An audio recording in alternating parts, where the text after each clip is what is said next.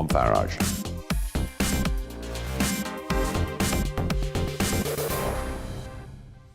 I'm Colin Brazier. I've reported from more than 70 countries around the world, covered wars from Afghanistan to Iraq, from Lebanon to the Balkans. I'm trying to bring that experience, that feel for events, to the studio. And something else. I'm ready to give an opinion. Today's stories with a spark. Brazier from 8 p.m. weekdays on GB News. Join us for Political Correction. We're here every Sunday to correct politics and put you, the people, back in charge. We talk about all areas of the United Kingdom, including Northern Ireland. Our debate goes way beyond the Westminster Village. It's about the real country. It's about your opinion. So please, we want you to tell us what you think. This is Political Correction. Every Sunday morning from 10 a.m. here on GB News.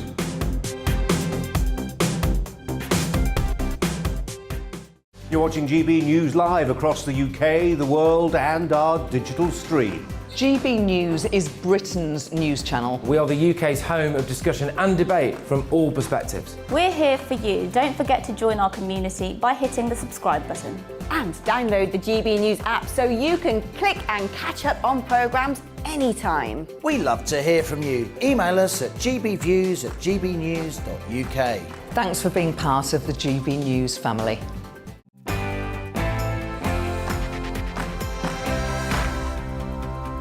Hello, I'm Neil Oliver, and over the last 6 months, I've been fortunate to meet some fantastic people from all across the British Isles.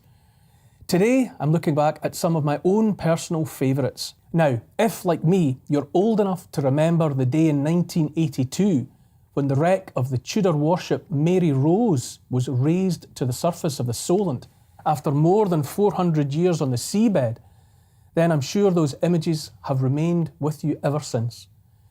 Reputedly the favourite of King Henry VIII, who commissioned her and saw her go into battle for him across 3 decades, the loss of the Mary Rose was a tragedy of note.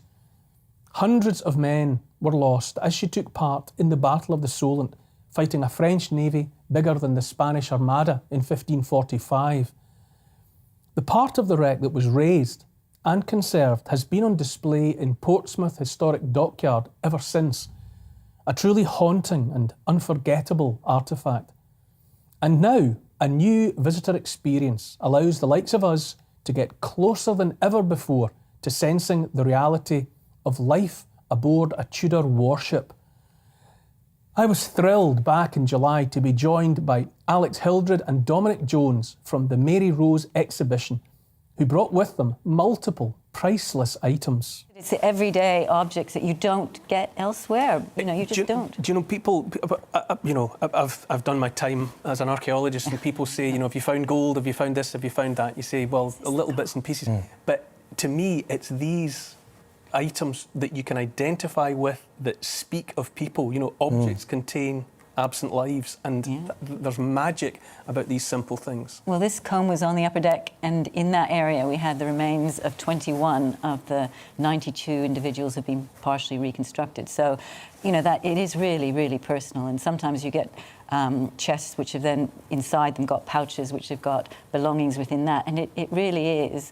You can't, it's like touching the past, And I think it's the miracle of preservation, and that's what you get at the museum. And the start for this now will be, this new start, 1545, will be Dominic, you great touched on your kids recognising the knit comb for what it is. What kind of reaction do you see day in and day out as people are suddenly in the presence of the Mary Rose? It's the most amazing reaction. I think when you see people come through, it's all sorts of emotions. You get people, some people are emotional, some people just are amazed. And it's that moment when you come round the corner and then you see her, and it's just phenomenal.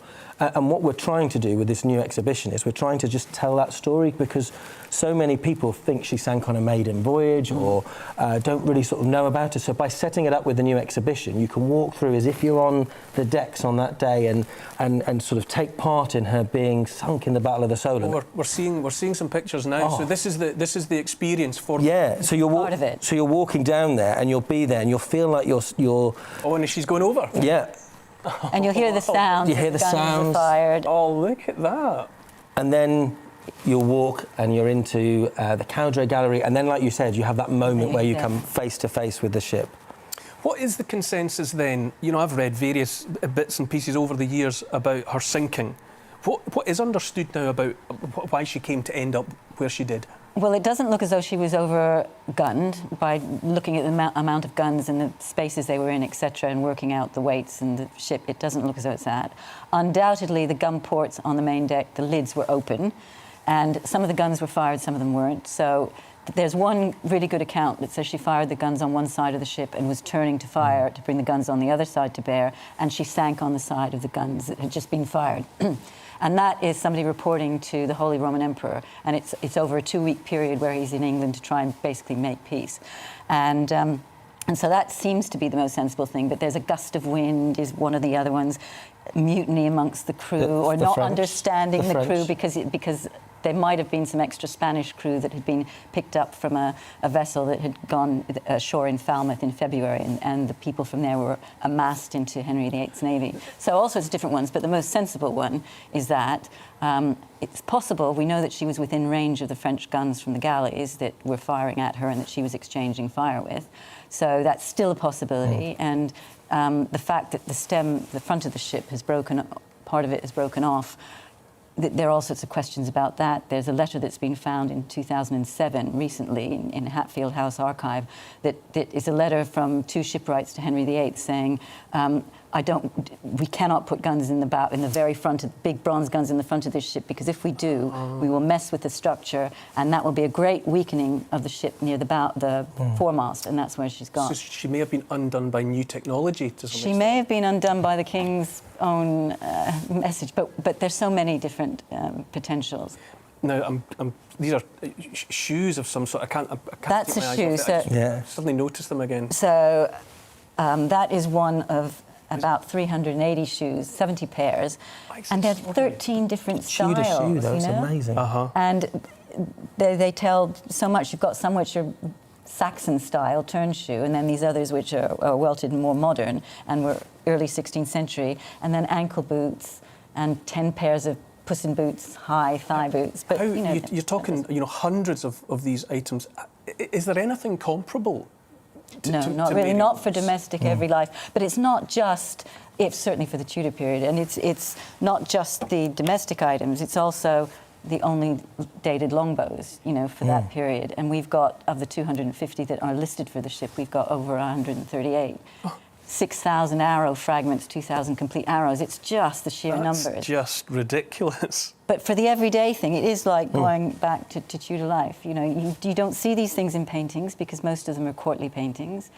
You can see them in some engravings, and in fact the Cowdray engraving, which we use very much for this new experience, it provides a background because you're moving through the fleet as it's anchored just off Portsmouth Harbour. The French are off the Isle of Wight, and you're heading out towards the French galleys, and then the firing happens and the ship turns. So we use that engraving, and that's quite good for stuff, and we can look at that and find parallels within our collection.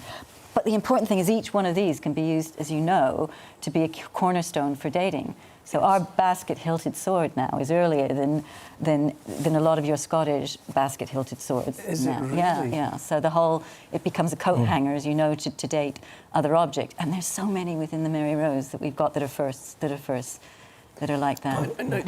What we have that's on display of the Mary Rose is a part, isn't it? Is there more of her on the bed of the sword? It's still on the sword, isn't it? We were talking about that the other day, about what we do about it. So, yeah. So we go and visit the site quite regularly, and after the ship came up in 82, we were basically cleaning up around the outside, seeing what was there, and looking for the bow, because those of you who've been to see her will realise that the bow is missing. And so it was always a search for the bow. Some of it was, a bit was cut off purposely in order to do the engineering to lift the ship, but the rest was left and then brought up. But what we were looking for when we went back specifically in 2003, because the Navy were going to widen the channel for their big CVF carriers to bring them into Portsmouth, and the area included part of the protected wreck area of the Mary Rose. So we had funding based on that, part of the mitigation strategy, to go back to the site. And so we did things like 5% sample of the spoil mounds, because we had spoil from the airlifts that the unwanted debris away.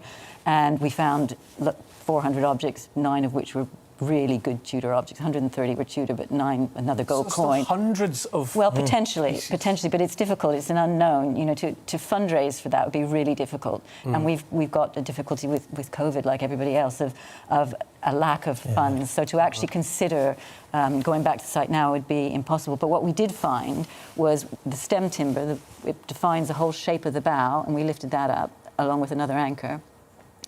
And associated with that was part of the port side, the missing side, the side that we thought had completely eroded away, forward of the break. So we've got part of the bow structure, but it's of the wrong side. So we can't pick it up and easily put it in the museum because the museum isn't big. But there's an unknown amount of the Mary Rose still. And the exciting, yes, there is. But the exciting thing is we regularly go with Southampton Oceanography to look at, and more laterally with the Navy, to trial their equipment on looking at it, looking through the sediments and seeing what's there.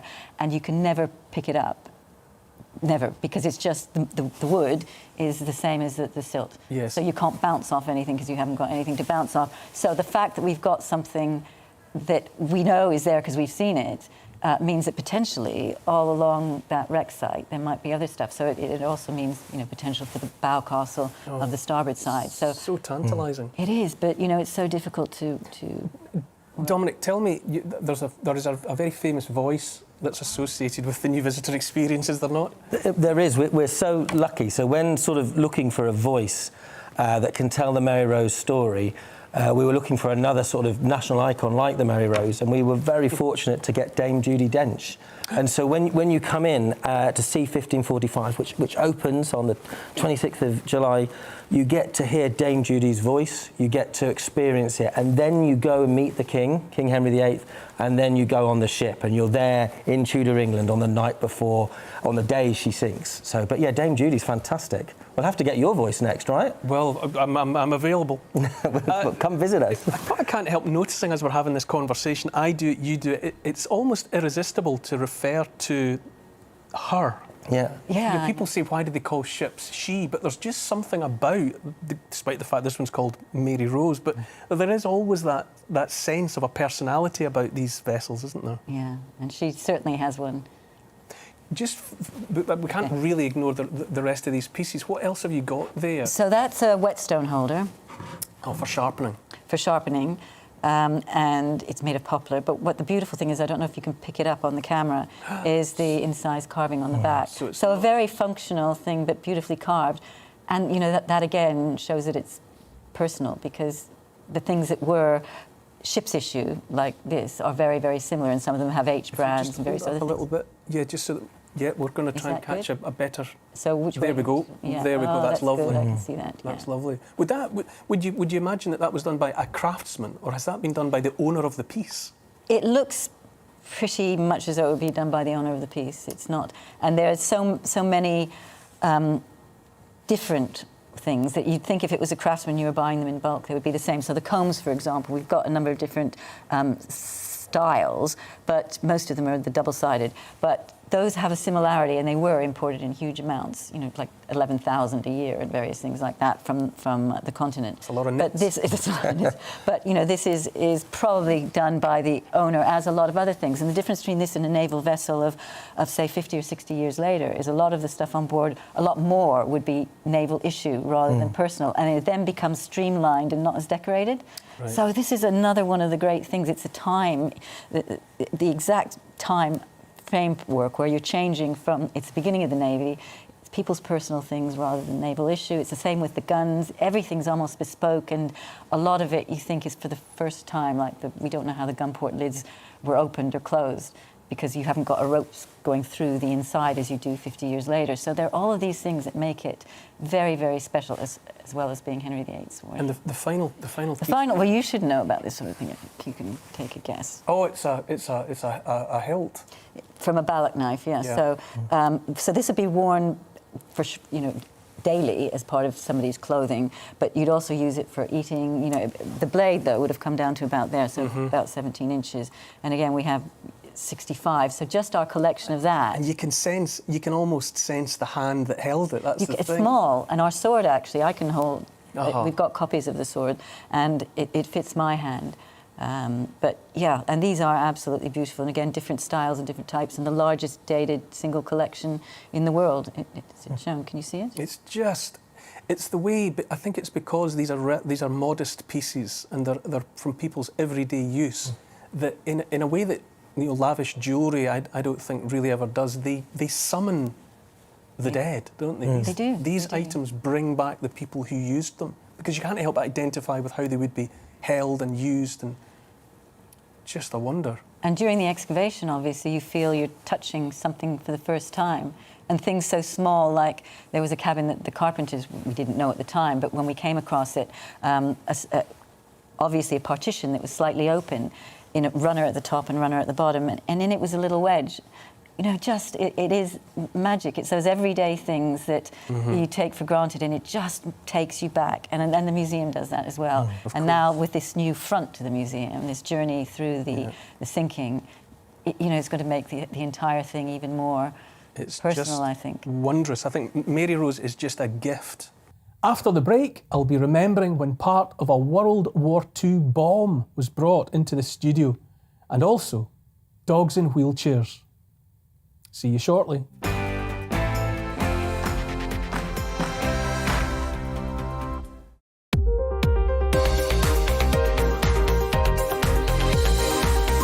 We store, pick, pack and post on behalf of e-commerce sellers. So the guys that you buy from online, particularly in the last couple of years, people have been stuck at home buying from people online. We actually ship that stuff out. So if you make stuff in your garden shed and sell it online, Hubu can take care of all the logistics, all the packaging, all the difficult stuff that really stops businesses from growing. We can. We're unique in doing it for a much broader range of clients. They've always been fulfillment companies, which is what a company like ours is called. But they've tended to work with big clients, clients that have relatively few items and that ship them in huge volumes. We work with clients of all sizes, complex clients, clients that sell second-hand or vintage, small clients, people that do sell from their bedroom, so a really broad range. Tell us about the physical side of the business. It looks unlike a traditional warehouse, so we really revolutionised the way the warehouse floor works. There are some fundamental problems with warehousing, the biggest one being that it makes people miserable. It has them walking miles and miles every day. The micro warehouse collapses the business into a smaller warehouse that is run by a single individual. So that might be a picker or a packer. For us, they manage the whole thing, more like a retail unit, all of the inbound, all of the outbound, the picking, the packing, the posting.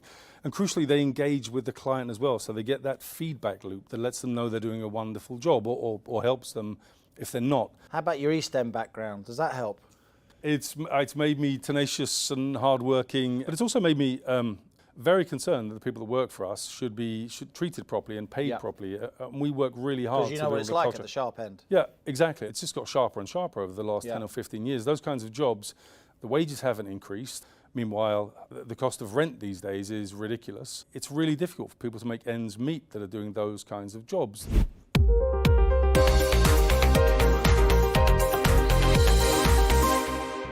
You're watching GB News live across the UK and the world on our digital stream. GB News is Britain's news channel. We are the UK's home of discussion and debate from all perspectives. We are here for you. Don't forget to join our YouTube community by clicking on that subscribe button. And if you want the GB News app, you can click and catch up on programmes anytime. We love to hear from you, so email us. gbviews@gbnews.uk. Thanks for being part of the GB News family. My name is Andrew Doyle. Join me every Sunday evening at 7 p.m. for Free Speech Nation. This is a show where we address current affairs and news stories of the week with the help of two wonderful comedian panellists. I brought in comics because I want to give it a lighter edge, and also they work for less. See you there.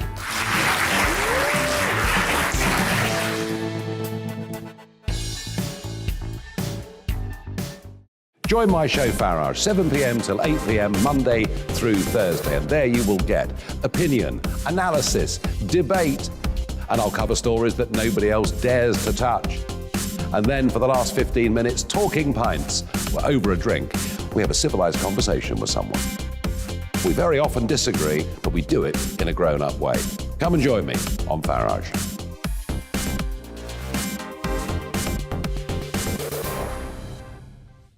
I'm Colin Brazier. I've reported from more than 70 countries around the world, covered wars from Afghanistan to Iraq, from Lebanon to the Balkans. I'm trying to bring that experience, that feel for events, to the studio. And something else. I'm ready to give an opinion. Today's stories with a spark. Brazier from 8 p.m. weekdays on GB News.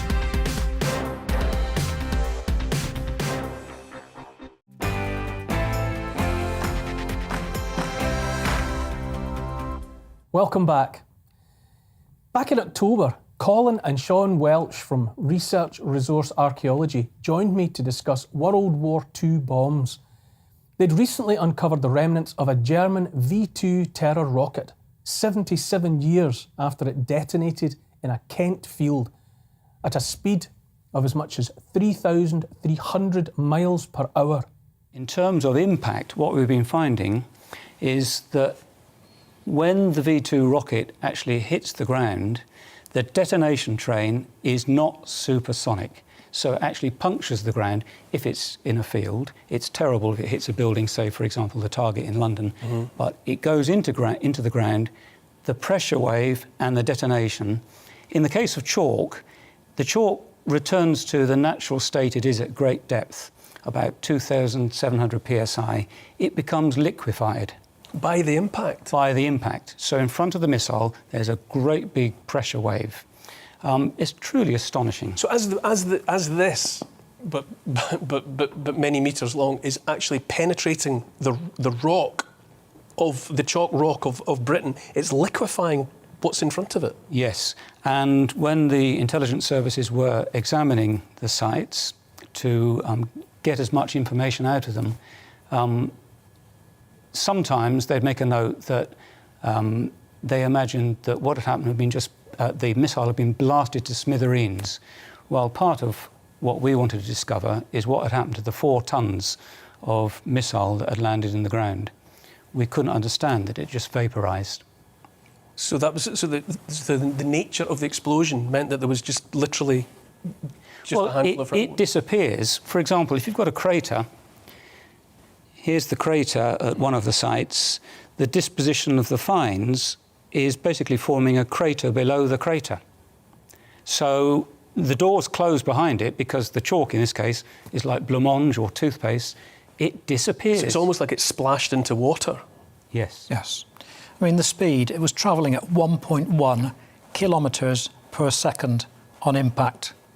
So if you were stood in a field and one was coming towards you, you would not see it, you would not hear it. It would just appear, a huge explosion. The impact, I mean that literally and metaphorically, on the British population of this kind of thing is hard to imagine, isn't it? I mean, this was like being attacked by the future. Exactly right. The interface between an older way of thinking and a new way of thinking. This was the beginning of the space age. That is fundamental to a lot of thought. The Germans were spending enormous, colossal amounts on this technology, £12,500 relative to the V1 that we've also studied, excavated tens of flying bombs, to discover that the flying bomb was far more damaging to us as a weapon, but cost only £126. Yeah, quite a difference. How did this come about for you two? How did you get into the business of hunting for and finding?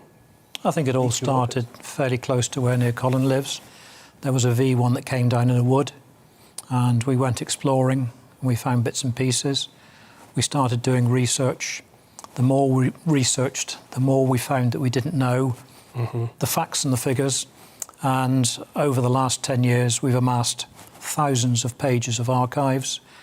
And we've even gone to the extent where we've mapped every single V1 that came down in the country and every single V2. And to the extent that we can turn that into a time-based image on a map where you can see the V1s coming down and the start of the V2 campaign. And what will be the product of all of that painstaking effort? It's an analysis of how true the thinking was at the time about, for example, shifting the mean point of impact at the moment, I think we were right in saying, we can't really see that it shifted very much at all, if at all. I mean, you must know the story of the two double agents who are sending information back to Germany, telling us that the impacts were in a certain place. Well, you tell the story, Sean. OK. Military intelligence have documented that they had turned 2 agents who were in the UK to report back on the impacts, and they went down the route of them falsely reporting where the impacts were. But we can find no evidence that actually happened. It's a story that's repeated at military academies, and by plotting in a time-based sequence, we can actually see where the impacts are, and we can find no evidence that the mean point of impact was shifted. All I can say is that the V2 was very, very inaccurate. Inaccurate? Inaccurate. The mean point of impact was actually 10 kilometres to the north and east from the centre of London, and the spread of shot was over a colossal area. So if you consider that perhaps the ideal spread of shot would be inside the M25 corridor, well, it was actually 3 times that. So that's why we've got V2s impacting in fields in Kent. So this V2 was just something that had gone woefully astray from where it was supposed to be? Well, fired from The Hague, which is a low-lying launch platform, you know, urban area, prone to fog. At night, they were using very fine optical equipment and using torches to line up and set this thing up. It's not going to work. So we've got enough evidence to start putting things together. What you're seeing, Neil, is the sum total of not just the 2 of us, but an ever-growing team. We've got sponsorship, thankfully, from 2 wonderful companies for this excavation. HE Services, an international digger hire company who, I'm just astonished, but the Royal Engineers training team, Pearson TQ, provided personnel, a digger driver to help us out. We're just completely knocked out by the interest, by how much people want to help, and when we're digging, how many people turn up to see what we're doing. It must be some scale of excavation when you're talking about the depth that these rockets were penetrating to. Massive. In this particular excavation, looking at pictures here, our driver estimated that he shifted 2,500 tonnes of material to get down to where the projectile 6 metres down. had ended up. Yes. We found evidence from 1.9 metres down to 6 metres in a particular place. This particular V2 rocket, we thought would be in a certain place. Because we've studied lots of them, we thought that the missile was going to be at the end of the trajectory, but it wasn't. We dug a massive hole, found nothing. The reason for it was there was a bedrock of ragstone running across the site. The missile hit one side of it. Look at the scale of the operation.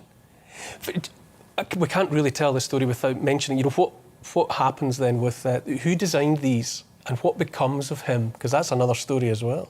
It is, and perhaps it's a story that a lot of people know. Werner von Braun was one of the scientists that were instrumental in designing the rocket, but along the way there were rocket engine experts and various experts in telemetry and the controls needed to guide the missile, because once it was launched it was totally autonomous. Mm-hmm. There was a control compartment with a series of gyroscopes in. But von Braun was headhunted, was he not, at the end of the war? Well, that's right. All of the Allies were quite interested in the technology. America managed to get to Mittelwerk Nordhausen first. They removed complete examples of rockets. They then had to vacate the area because that formed part of the Russian zone. The Russians then went in and they were left with jigs, dies, tools and a pile of spare parts. They rounded up all of the technicians they could find, took that back to Russia to start their space programme.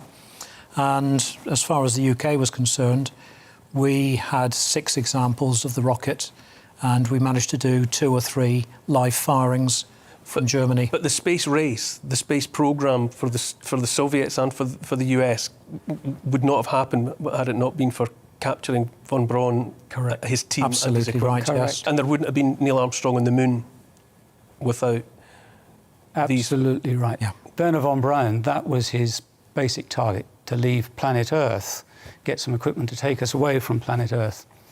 In fact, very soon, very near to the first launches in anger, he was arrested because the Germans believed that he was talking down the war, and he was just interested in designing, a quotation, interplanetary spaceship. Wow. So all of those, so the Elon Musks and the Bezoses and the Richard Bransons that are trying to leave Earth now, they have their ancestors in the man behind the V2 rocket. Yes. Yeah. Wonderful. Thank you so much, Colin. Sean, thank you for bringing that in. Thank you for manhandling what looks like about half a tonne of very precious metal. I cannot tell you how impressed I am to have finally been in the presence of the physical evidence of a V2 rocket. Dogs, as any owner will undoubtedly tell you, bring boundless joy to the lives of those who welcome them into their families. They certainly do mine. And yet countless dogs come to harm from illness, from road accidents, or at the hands of humans, only to then find themselves left behind when it comes to being rehomed. The charity Broken Biscuits is helping those dogs. From what started as a series of random acts of kindness to then becoming a charity by providing custom-made wheelchairs, rehabilitation funding and help with rehoming. It's a tale not to be missed. I just feel so passionate about them because it's heartwarming just to see how happy they are. And, you know, they deserve that chance. They deserve the right to life. Am I right in thinking not happy about all attention not being focused there? Yes.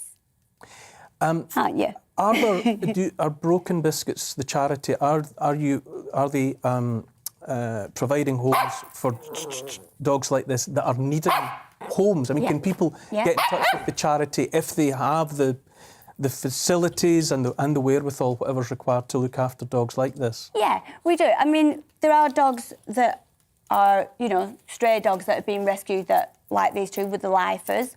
There are dogs that families try to keep them, but, you know, sometimes it's just too much for them. So we do have surrenders, unfortunately. But we do try By surrenders, you mean dogs that come back?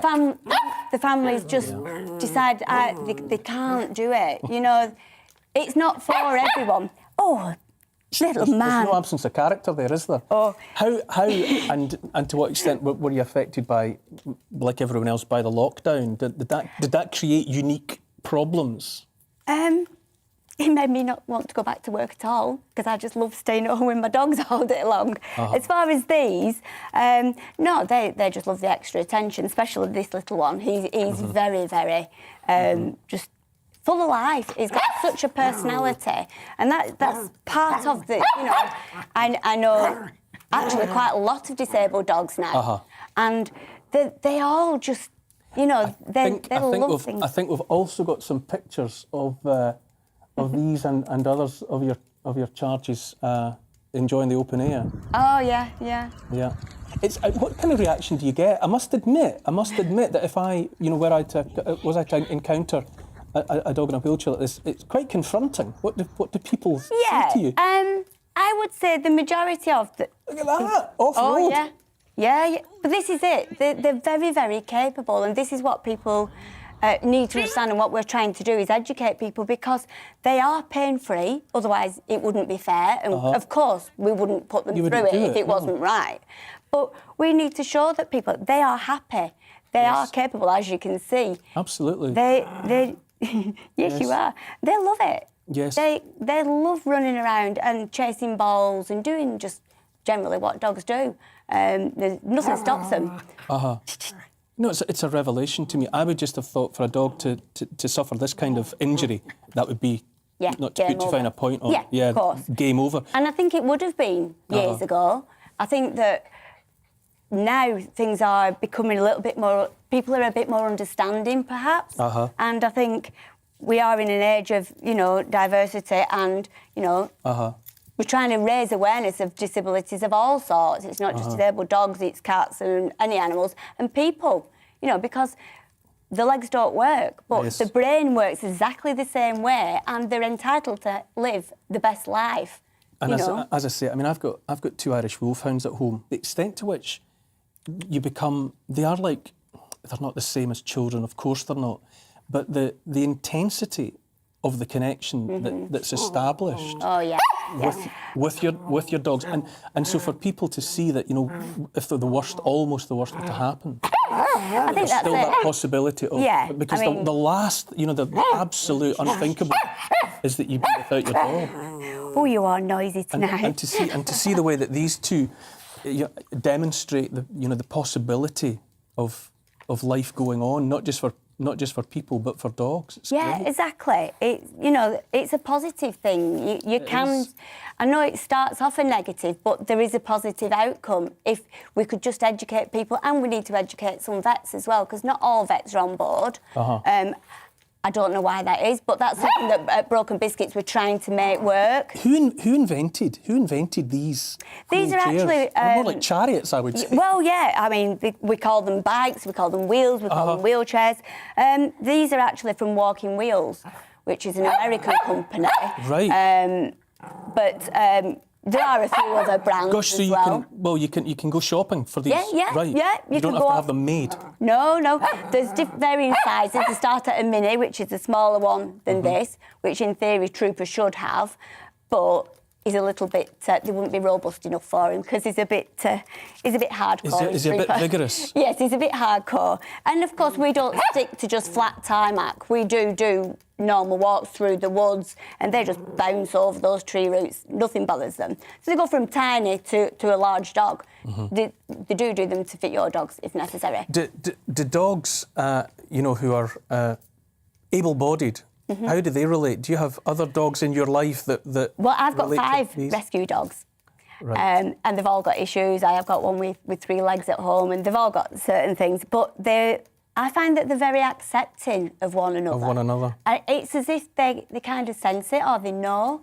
And when we're out on the field, lots of dogs come up to them and sniff them and go, "Woo!" I don't know what that is. That's a bit freaky. But lots of dogs love them, and they chase and play with other people's dogs quite happily. Don't you? But they do run over people's feet. The way Trooper demonstrates that there is no loss of energy, character, personality. It's all still there, very much so. You can just see by his face. He's so full of life and so happy. Pippa's a little bit quiet because she's a little bit overwhelmed, I think. Yeah. They're doing incredibly well in here.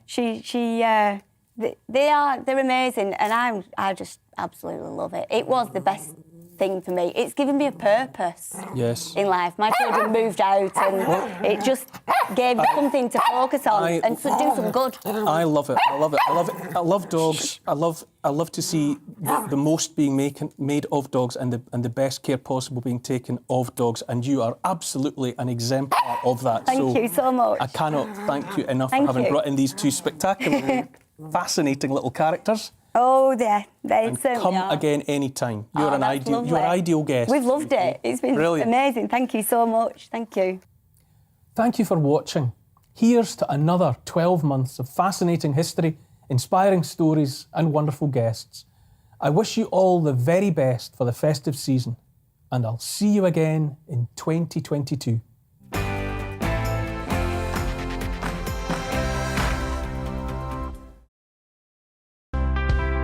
It's time to remind ourselves there's always another winter. Canary Islands sponsors the weather.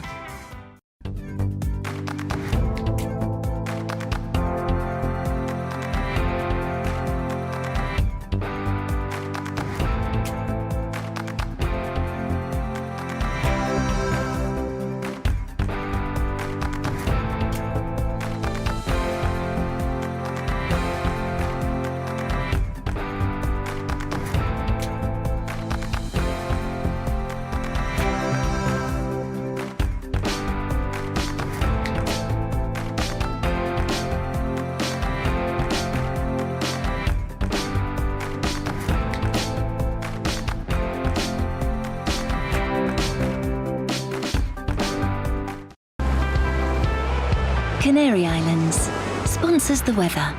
You're watching GB News live across the UK and the world on our digital stream. GB News is Britain's news channel. We are the UK's home of discussion and debate from all perspectives. We are here for you. Don't forget to join our YouTube community by